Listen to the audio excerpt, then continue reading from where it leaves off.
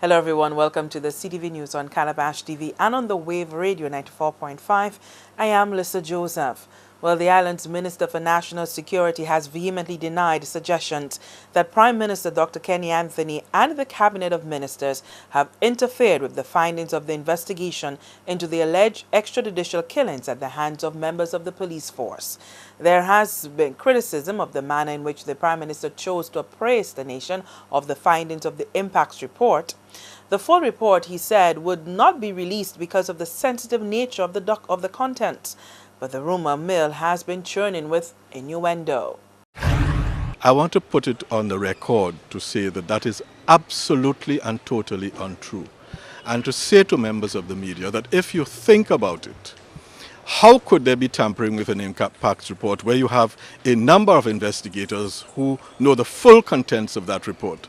The government would have to be, the entire cabinet would have to be crazy to tamper with such a report. It's impossible. And even if they did, it would come to light sooner or later because of the nature of how this report has been written and how it has been handled. There are people who know what is the contents of the report. So how can we tamper with the report? The investigators would know what the contents of the report that is delivered to the St. Lucia government is. So this is an absolute and total lie. It is part of the ongoing efforts to discredit this activity that we took of ensuring that we get to the bottom of this matter. Minister Cabina says detractors came at him in an effort to undermine the process, with reports about his U.S. visa being cancelled in the media. But what was most surprising is that they never gave a reason why. There must be something that you have done to warrant a sanction. But they couldn't say anything why, because there was no reason. It was misinformation geared at trying to undermine the integrity of the investigation. The second thing that happened is that when this failed, they began to attack the investigators on the ground and say all sorts of things about the investigators. When that failed, they began to attack the constabulary of Jamaica to say that this had happened in Jamaica and therefore the integrity of the investigation. All of these have been clearly articulated attempts to undermine the integrity of an investigation to clear the name and image of St. Lucia. And the question is why? What is the interest of these people in the matter?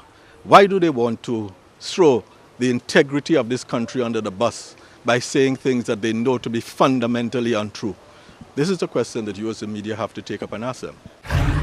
Meantime, the president of the Police Welfare Association says now more than ever, the authorities need to pay close attention to the human resource capital of the police force.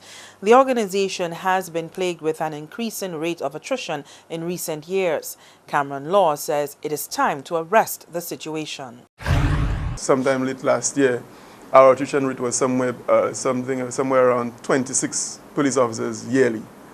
We think that it is a very high attrition rate, and even if you recruit tomorrow, it would just be filling in the vacancies that have been made available by the persons who have left the police force. So we need manpower, it's no secret, and the powers that be, with whatever resources that are available, I should think or expect would make that available when the time comes. The National Security Minister, Philip Cabina, has called on the Welfare Association president to demonstrate leadership in this time of crisis for the force and be mindful of comments on the matter. When the minister speaks of leadership and the statements that I've made, if you listen from my very first statement, I said that we expect the rule of law and natural justice to prevail, in that we expect any allegations that is made or that are made against any police officer, that this police officer should be given the opportunity to know exactly what is against him or her. And that is the position that we have taken. That is, we will stick to that position. These police officers need to know what is against them if they're going to be accused of anything. And do you think that this is going to be a sort of litmus test for the leadership of the Royal St. Lucia? Oh yes, oh yes. As I said before, I expect nothing. I expect the current leadership of the police force to support the members of the police force. I am very happy that they have supported the members, and we will do our best as the Welfare Association to balance that support from the executive going forward. Cameron Law, the president of the Police Welfare Association.